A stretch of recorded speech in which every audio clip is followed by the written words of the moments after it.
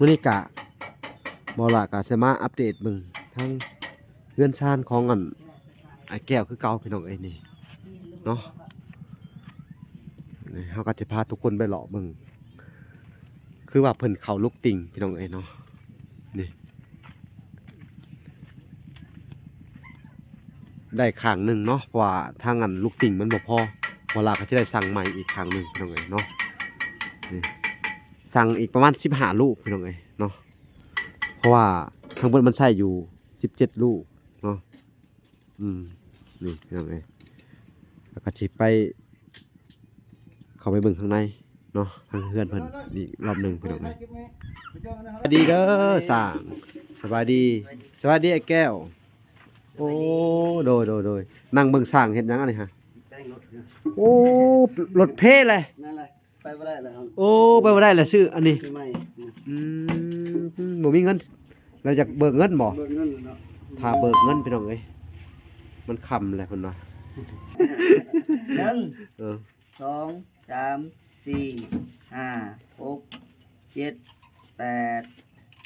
9 10 2 ล้านแต่ที่ว่า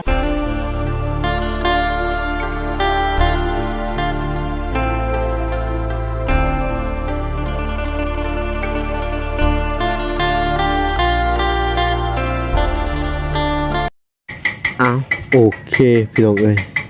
กราบสบายดีพ่อแม่พี่น้องเบิดสู่คู่สู่คนเนาะยินดีเข้าสู่ช่อง YouTube เบาหลาสายบุญคุณธรรมคือเก่าเส้นเคยพี่น้องเอ้ยเนาะทักทายสบายดี FC ทางฝั่งไทยและ FC ทางฝั่งลาวและ FC ทางต่างประเทศนำเด้อพี่น้องเอ้ยเนาะกราบสบายดีพ่อๆแม่ๆเนาะที่อยู่ทางเมืองนอกเมืองนาพี่น้องเอ้ยที่รับชมเบาหลาอยู่มื้อนี้กะเบาหลากะสิมาอัปเดตเบิ่งทั้ง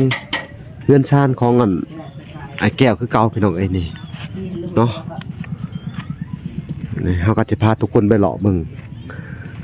คือว่าเพิ่นเข้าลูกติ่งพี่น้องเอ้ยเนาะนี่ได้ข้างหนึงเนาะเพราะว่าทางลูกติ่งมันบ่พอเวลาก็สิได้สั่งใหม่อีกข้างหนึงพี่น้องเอ้ยเนาะนี่สั่งอีกประมาณ15ลูกพี่น้องเอ้ยเนาะเพราะว่าทั้งเบิดมันใช้อยู่17ลูกเนาะนี่พี่น้องเอ้ยแล้วก็สิไปเข้าไปเบิ่งข้างในเนาะทางเฮือนเพิ่นอีกรอบนึงพี่น้องเอ้ยนี่พี่น้องเดี๋ยวจะเข้าไปเบิ่งข้างในเฮือนเพิ่นอีกรอบนึงพี่น้องเอ้ยโอ้สร้างเพิ่นก็มาอยู่นี่บ่ว่าเพิ่นเฮ็ดหยังจะอัปเดตเฮือนให้เบิ่งอีกรอบนึงพี่น้องเอ้ยโอ้สบายดีเด้อสร้างสบายดีไอ้แก้วโอ้โดยนั่งเบิ่งสร้างเฮ็ดหยังอันนี้ฮะโอ้รถเพเลยนั่นแหละไปบ่ได้แล้วครับโอ้ไปบ่ได้แล้วซื้ออันนี้ไม่บ่มีเงินเราอยากเบิกเงินบ่เบิกเงินเนาะถ้าเบิกเงินพี่น้องเอ้ยมันค่ำแหละเพิ่นว่าอยากไปแปลงรถเนาะประกอบรถนะโอ้รถกระเพเพิ่นว่าเนาะรถเที่ยวมาเฮ็ดเวียกเฮ็ดงานเพิ่นว่าใครได้แต่บ่ได้เที่ยวปานใดเนาะมีแต่มาอยู่ใกล้ๆนี่ในเฮือนอันนี้เนาะเวลาสิไปซื้อซื้อนี่ดิโดยเพจักมื้อแล้วรถนี่อันเป้เอาลายมือแล้วว่าโอ้อยากเบิกเงินโอ้บ่ได้ใช้ได้จ่ายเนาะจะเอาเท่าไหร่ก่อนบัดนี้เอา3 ล้าน3 ล้านก่อนเนาะโอ้โดยเอ้ากะสิมันให้ทางไอ้แก้วนับให้เลยเด้อเนาะทาง3 ล้านเนาะพี่น้องเอ้ยอันนี้ก็เป็นเงินทางแม่ถอนแก้วคือเก่าพี่น้องเอ้ยเนาะจาก USA พี่น้องเอ้ยก็ถือว่าเป็นจุดประสงค์ของทางแม่เพิ่นพี่น้องเอ้ยเนาะที่จะมอบให้ทางสร้างเนาะก็สร้างก็ขาดเคินว่าช่วงนี้ก็รถเพเพิ่นว่าเนาะเพบ่อย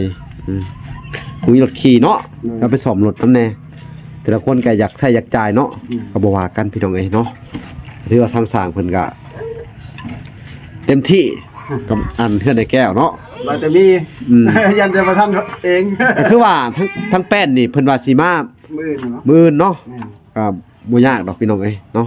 หลักไอ้ถาเพิ่นมื่นพุ่นแหละชาวมันก็สิหยุดมื่นเนาะว่าเอาเงินแล้วก็สิไปเบิ่งให้เบิ่งหน้าเนาะ เพราะว่าให้หน้ามันก็บ่ทันได้ แล้วก็ถ้าไม่แป้นอีกเนาะ ได้ เพื่อไปแป้นสิมาก็ตอนเช้าหรือตอนค่ำเพิ่นว่าเพิ่นก็โทรมาบอกว่าลาว่าปานตอนบ่ายๆหรือตอนค่ำก็ได้ยังว่านี่เพิ่นว่า เป็นผู้มาว่าได้บ่ได้โทรมา กับลูกติ่งกันยังเพิ่นยังเสียนบ่ทันเนาะ ได้ เอาบ่เป็นหยังก็เบิกเงินไปใส่ก่อนเนาะเอาเข้าใจเด้อ แล้วนะบ่เกิน4มื้อยังถึง บ่เกิน4มื้อเนาะ บ่เกิน4มื้อแท้กันว่า ก็เพื่อฝนตกได้สั่น ตึงก็พ้นตกของอะไรแล้วเนาะ เนาะพี่น้องเอ้ยบ่ล่ะก็จะใช้เงินของแม่ทอนแก้วเด้อลูกสิใช้เงินให้ค่าสร้างพี่น้องเอ้ยเนาะเอาไอ้แก้วนับเอาก่อนเดี๋ยวนะบ่ล่ะก็จะให้ทั้งนั้นเบาแก้วนับให้เนาะมุ้ยไผจับกล้องให้พี่น้องเอ้ยเอาเบาแก้วโอ้ยโดยเอานับให้เพิ่นดูไอ้แก้ว3ล้านได้ฮะก็ยังเหลือเท่าไหร่สั่ง ยังเหลือ7 เหลือ7เนาะ2ยังเหลือ7ล้านพี่น้องเอ้ย 4 เบิกไป3เทื่อ 6 7 8 9 10 โอเคนับมา ล้านหนึง ไม่ว่า10ล้าน ให้10ล้านค่อยเอาเลยหนึ่ง สองสามสี่ห้าหกเจ็ดแปดเก้าสิบ2ล้าน แต่ที่ว่า20 ล้านก็ 20ล้านนั่น แม่นบอก2 ล้านหนึ่งสองสามสี่ห้าหกเจ็ดแปดเก้าสิบอ้าวครบแล้ว 30ล้าน คือชาวบ้าน20 ล้านนะครับใครจะเอาขึ้นยาวขึ้น ไม่ต้องเลย ใจ โดยขอบใจคือกันเนาะสู้ๆสร้างเลยถ้าเป็นต้องใช้ต้องจ่ายแม่นความอยู่จะเสียจังไดเนาะพี่น้องเอ้ยทางสร้างเพิ่นก็อันแบ่งปันเงินให้ทางลูกน้องเพิ่นเนาะได้ใช้ได้จ่ายเอาขอบมุกขอบใจทางสร้างเด้อสู้ๆเด้อให้กำลังใจคือเก่าสร้างโดยโอ้ยไอ้แก้วก็ดีใจพุ่นเป็นจังไดดีใจบ่ไอ้แก้ว โอ้ยดีใจ ขอบคุณแม่ถอนแก้วเด้อจะหน่อยเด้อเอ้ยก็เป็นเงินของแม่ถอนแก้วคือเก่าเนาะเป็นจังไดดีใจอย่าบ่บาดนี่ ดีใจ อันค่าสร้างก็สิเบิดแหละเนาะก็ยังเหลืออยู่ประมาณ 7ล้าน 7 ล้านพี่น้องเอ้ยเนาะก็ต้องขอบคุณทางสร้างเพิ่นพี่น้องเอ้ยที่ช่วยเหลือทางไอ้แก้วเพิ่นเนาะสิ่งที่อันขาดบ่ได้ก็คือต้องขอบคุณทางอันแม่ถอนแก้วเด้อจาก USA เนาะแล้วก็ทางแม่ตู้น้ำแน่พี่น้องเอ้ยตอนนี้ก็เป็นเงินค่าอันแม่ถอนแก้วเพิ่นฝากมาอันใช้จ่ายอันในงบประมาณอันค่าสร้างเนาะแล้วก็ซื้อแป้นอีก10,000ต้องได้จ่ายอีกเนาะเป็นจังไดเชื่อสิแล้วแหละดีใจแฮงบ่ยังเหลือแต่แป้นแอมซื้อกับเบิดแล้วบัดเนาะได้ขึ้นเลยเนาะกับบันไดเนาะบันไดก็เจ้าว่าเจ้าคิดว่าใช่อันน่ะเท่าไหร่อันช่างใช่ดินบล็อกตะก้อนเขาลอยเนาะ กะว่าเขาสั่งมาโลดมาฮอดได้มันซ้ำคันได้เขาก็เฮ็ดเอาลอยมาเนาะคันกูสั่งมาเถอะเอา6-70ลองเบิ่งก่อนสั่งเฮาเบิ่งรอดก็ได้เฮาเว้ยอีกตามเฮาจะเฮ็ดชุดคือมันใหญ่เด้โดยก็สั่งไปดินบล็อกเนาะ10,000พี่น้องเรือมื้อหน้าเพิ่นมาก่อนสั่งมาก่อนโดยแล้วก็คือตัวนี้สั่งเฮาเว้ากันมาเบิ่งมาพี่ไอ้แก้วอันนี้คือแม่มันได้เนาะให้ทั้งเฮ็ดขันก็ได้เนาะเสาที่เฮาเหลือเสาโซ่ได้ซะบ่แล้วเสาบันไดเสาข้างปาดหมดแล้วนี่ตัวนี้คือปาดเบิดเลยเนาะ ปาดมันเลยนั่นก็ให้สร้างอะไรจัดการให้เด้อว่าปาดอันนี้มันได้สิเปียกเฮาปาดนี่แล้วปาดอีกหรืออะไรเปียกเด้แต่ว่าเป็นแม่บันไดได้บัดนี้ตัวนี้แม่บันไดก็ได้ละแม่หนึ่งเลยแม่หนาๆเนาะนี่เฮ้ยมันหนาเกินไปบ่นี่เนาะผู้นี้แหละเพื่อเฮาครบเนาะพี่น้องเอ้ยแล้วก็สิให้ทางสร้างเพิ่นอันไปเซาดาบเขาเนาะค่าเซานี่ก็สิบ่แพงหรอวะ150,000เนาะกะเบิ่ง150,000เนาะเซาดาบเขานี่กะเบิ่งไว้เนาะเผื่อไว้เนาะเผื่อเพิ่นว่าอยากได้หลายเนาะอีดาบจะบ่มีบ่ดาบบ่มีในเพ่ใหม่อันนั้นกินผ่านลายเลยมันชื่อแกนมันมาใส่คือบ่ซื้อแกนเนาะอีดาบตัวเอง1,000 บาทแกน1,000 บาทผู้โอ้แม่นแหละ เอาพังเบิ่งกะถ้าว่าไป หรือว่าถ้าเขามีรถไถยังว่าไปจ้างให้เขาปาดให้แป๊บเดียวเนาะ นั่นแหละ อืม บ่แล้วเวลาก็สิไปยืมของเขาดอก แบบว่ายืมเสาเขา เนาะ น่ะเฮ็ด โอ้พี่น้องเอ้ยแม่นเลย แบบเสาเขามือเดียวเนาะ สองมือเดียวเนาะ แม่น จักสิว่าจังใดพี่น้องสู้ๆไปเด้อไอ้แก้ว โดย กะงบประมาณก็คือว่าแหละเนาะก็ใช้เงินเป็นทอนแก้วพี่น้องเอ้ยก็สิให้ทางอันไอ้แก้ว ขอบคุณทางอันแม่ทอนแก้วเบิดเด้อเอาโอเค เอาเถอะนะคนนั้นแล้ว ได้ สิประกอบรถ อ๋อสิกรอบรถเลยก็เอาเป็นมื้อหน้าเนาะจังกินหมูจุ่มเนาะทีมงานทีมฮือทีมงานบ่ครบแน่เนาะ บ่อื่น ทั้งสร้างก็บ่ค่อยว่างเพราะไปเฮ็ดรถเนาะแม่นบ่ นั่นน่ะ คือว่าพาไปเฮ็ดรถแล้วก็ยังบ่เฮากำลังสั่งหมูจุ่มมาบ่ได้เนาะแต่อันนี้ก็เป็นจุดประสงค์ของทางแม่ทอนแก้วเด้อแม่นก็เป็นมื้อหน้าก่อนให้ทีมงานครบกันก่อนเนาะถึงกินเนาะมันจังแซ่บกินหลายๆคนพี่น้องเอ้ย ให้กินกันนี่ยัง แม่นเอ้าพี่น้องเอ้ยก็ถือว่าทางเพิ่นก็บ่ว่างมื้ออื่นกับมื้อนี้ก็เพิ่นสิไปซ่อมรถบ่มีรถขี่แหละเนาะเอ้ามอบหน้าที่ให้ทางไอ้แก้วเพิ่นแล้วก็ทางอันไอ้วันไปซะเลยวันสบายดีก่อนเดียว ไปดิลูก สวัสดีลูก กินข้าวนะ สบายดี เอามือเด้อ โดยสบายดีสบายดีกินข้าว มือเด้อ โอ้เมื่อแล้วบ่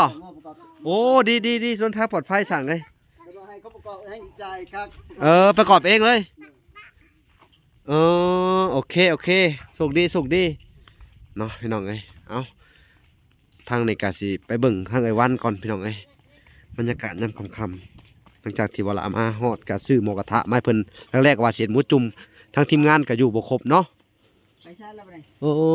พี่เพิ่นกำลังนึ่งข้าวนึ่งน้ำพี่น้องเอ้ยนี่โอ้ต้มหน่อไม้ตอนนี้ต้มอะวังนี่ข้าวพี่น้องเอ้ยพี่น้องเอ้ยตัดภาพมันอยู่ทางกันวันกันน้องสบายดีเด้อสบายดีพี่น้องเอ้ยมาขอบคุณทางอันนั้นแม่ทนแก้วเบิ่งมื้อนี้เพิ่นก็ซื้อทางหมอกระทะให้ได้นั่งลูก พี่น้องเอ้ยก็บ่มีหยังหลายมื้อนี้พี่สิให้ทางอันไอ้แก้วแล้วก็ไอ้วันขอบคุณทางแม่ทนแก้วคือเก่าเด้อผู้ที่ช่วยเจ้าตลอดเนาะกับอันแม่ตู้ USA แต่ว่ามื้อนี้เป็นเงินของแม่ทนแก้วเพิ่นก็ได้ฝากอันมาให้ค่าสร้างเนาะสร้างเพิ่นก็อยากได้เงินเพิ่นก็เบิกไปใช้เพิ่นก็มีแนวจำเป็นเนาะหลายอย่างเอาขอบคุณเพิ่นดู ขอบคุณเด้อทั้งแม่ทอนแก้วที่ซื้อเรือครอบครัวไอ้แก้ว โดย ให้อยู่ดีมีแหงเด้อคมเจ็บอย่าใดคมไข่อย่ามีเด้อแม่ทอนแก้วทั้งแม่ตู้ด้วย โดย ทานทุกคนนั่นแหละที่ซื้อเรือ โดย ไอ้แก้วที่ผ่านมา โดยแม่นล่ะ แม่นก็ที่ผ่านมานะ โดย โดย เอาอั ให้ น อยู่ดีมีแหงเด้อสาธุ ขอบคุณทางแม่ทอนแก้วเด้อกับประตูทุกคนที่ช่วยเหลือมากแต่ผ่านมาจนได้ทุกวันนี้ ให้อยู่ดีมีแห้งให้สุขภาพแข็งแรงเด้อความเจ็บอย่าได้ความไข้อย่ามีให้สุขภาพแข็งแรง โดยเนาะกระทั่งเพิ่นกะบ่มีหยังสิตอบบุญแทนคุณเนาะทางแม่ทอนแก้วก็มีแต่คำอวยไสให้พรคือเก่าเนาะทางบ่หลากก็เช่นกันพี่น้องเอ้ยเนาะก็ดีใจดีมกดีใจนำจุเจ้าเด้อเพื่อนก็ใกล้สิแล้วแหละเนาะ โดย ความรู้สึกของเฮานี่ก็แบบยิ่งดีใจขึ้นคู่มือเนาะ โดย แบบคอยจอบเบิ่งเรื่อยๆว่าโอ้เพื่อนสิแล้วแหละว่าซั่น โด เนาะ ย ก็สิ่งที่จุเจ้าได้มามื้อนี้ก็ประสบความสำเร็จเนาะ โดย ก็ย้อนผู้ใหญ่หลายๆท่านนำแน่เนาะ โดย และที่แน่ๆก็คือทั้ง แม่ แม่ตู้กับ กับแม่ทอนแก้ว แม่ถอนแก้วที่เป็นตัวหลักอยู่ในนี่เนาะ โดย โดยที่ว่าเพิ่นช่วยแบบว่าขาดหยังเพิ่นก็ช่วยมากเนาะนับตั้งแต่เป็นปู โดย เป็นแอมเนาะ โดย เป็นปูส่วนหนึ่งกะทางสาวบุญซื้อมากกะเท่าไรแค่20เท่าไรนะ ซับไปแผ่นก็ว่าซับ8แผ่น 8 28หรือ27นั่นแหละ ซับ8ประมาณนี้แหละ แผ่น และกะที่เหลือกะมันบ่พอบ่ล่ะก็ต้องไปซื้อมาใส่อีก อันสั่งมาอีกก็เป็นเงินของทางแม่ทนแก้วเนาะกับแม่ตู้รวมกันว่าหั่นเนาะแล้วก็ตัวใหม่นี่อันเป็นแอมนี่ก็คือแม่ทนแก้วผู้เดียวเนาะแล้วก็เงินค่าสร้างกับแม่ทนแก้วผู้เดียวเด้อเป็นปัจจัยของเพิ่นเนาะโอ้ยก็ว่าล่ะก็ดีมุกดีใจนำเด้อขอแสดงความดีใจเพื่อนก็สิลุกแล้วพี่น้องเอ้ยก็สิได้ขึ้นแล้วเนาะใกล้ๆมอนี่แหละอุ้ยเตรียมโตวไว้โลดในนอนเฮือนใหม่ เนาะโอ้ยดีมุกดีใจพี่น้องเอ้ยเนาะทางว่าล่ะก็ได้ก็ถือว่าประสบความสำเร็จในการอันเฮ็ดเฮือนอีกครั้งหนึงพี่น้องเอ้ยถ้าเกิดมีเป็นแอมมาเนาะวงวานกะอิหยังกะใส่เรียบร้อยเนาะ เพิ่นว่า ปกติอาทิตย์เนาะ โดย จะจดจะจ่ออยู่ได้รอเนาะ โดย รอ รอมือขึ้นเฮือนเนาะ โดย นอนรับพันดีเด้อเขาขึ้นเฮือนใหม่ดีใจนำ โดย พี่น้องเอ้ยเนาะก็ถือว่าเป็นครั้งแรกของไอ้แก้วที่มีเฮือนมีซานเนาะ โดย มีเฮือนมีซาน โดย จากน้ำผักน้ำแห้งของผู้ใหญ่ โดย ที่เพิ่นสอยชุบเจ้ามาเด้อ โดย ที่เพิ่นสอยก็ด้วยความอีดูตนสงสารแล้วก็ชุบเจ้าบ่มีอีหยังหั่นน่ะ โดย แบบสร้างครอบครัวมากอะเป็นลูกกำพร้าทั้งสองเนาะ โดย บ่มีให้มีหน้าทั้งอันเมียก็ได้ ทั้งผัวก็บ่มีหยังเลยสักอย่าง บ่มี ไปหาเงินก็บ่ได้อีกบาทเนาะก็จำเป็นกลับบ้านมาแล้วก็อันคำว่าบ่มาพ่อมาพบบ่ละก็สิบ่มีหยังเลย โดย บ่มีอนาคตเลย โดย บ่มีจุดยืนเป็นของตัวเองเลย โดย เนาะเท่ากับแบบเร่ร่อน แม่ เนาะคือจะเว้าหั่นแหละเนาะ โดย ขนาด อันนี้ก็บ่คิดบ่พันว่าสิได้เฮือนปานนี้ อืม อันนี้ก็สาธุทางแม่ทางแก้วกับแม่ตูช่วย โดยเนาะ ถ้าเพิ่นบ่ช่วยก็บ่ได้อยู่วันนี้ แม่น คือสิว่า อืม ก็อยู่เล่ร่อนนั่นแหละว่าง่ายๆเนาะ แม่น อยู่ในป่าในดง แม่นกะเป็นดินดอนตอนหญ้ากะคือว่าเป็นทางอัน FC บ่พรดินดอน โดย ดินเพิ่นซื้อให้ก็คือซาวไปล้าน1,000เพิ่นถางมาตะกี้เนาะแล้วก็มันก็มีหลายๆคนนั่นแหละพี่น้องเอ้ยที่ว่าบ่ได้เอ่ยชื่อเอ่ยนามก็ต้องขอโทษขออภัย บ่ฮู้แล้วก็ ขอโทษขออภัยนํพี่น้องเอ้ยเนาะ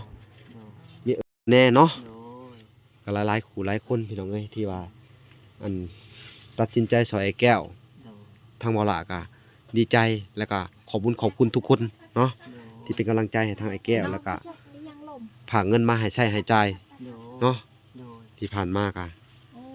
เอ้าพี่น้องเอ้ยเนาะบัดนี้ก็บ่มีหยังหลาย โดย บ่ล่ะก็ได้ หลังจากที่ว่าจ่ายเงินเสร็จแล้วเนาะค่าสร้างเบื้องต้นพี่น้องเอ้ยเพิ่นก็ยังค้างไว้อยู่7ล้านเพิ่นเอาไปก่อนน่าจะอัน8ล้านแล้วแหละเพิ่นเอาไป15ล้านทั้งเบิดเนาะ โดย อืม 5 6 7เอาไป7แล้ว 8นะครับ 8ทั้งหมด ยังเหลือ7ล้าน เอาคุยเบิ่ง อืม ปอม เอาโอเคพี่น้องเอ้ยคลิปนี้ก็บ่มีหยังหลายเนาะก็มาสอบถามความรู้สึกของไอ้แก้วเพิ่นเนาะก็เพิ่นก็ปลื้มอกปลื้มใจหลายที่ผ่านมาก็ปลื้มใจมาตลอดมื้อนี้ก็ปลื้มใจอีกมื้อหนึงเนาะ โดย ทางเวลาก็ดีมกดีใจคือเก่าพี่น้องเอ้ยเอาขอแสดงความดีใจนํเนาะเอาโอเคคลิปนี้ก็บ่มีหยังหลายพี่น้องเอ้ยเวลาก็จะได้อำลาพาจากขอกล่าวคำว่าสบายดีเด้อสบายดีวันพอกันใหม่อีกคลิปหน้าเนาะ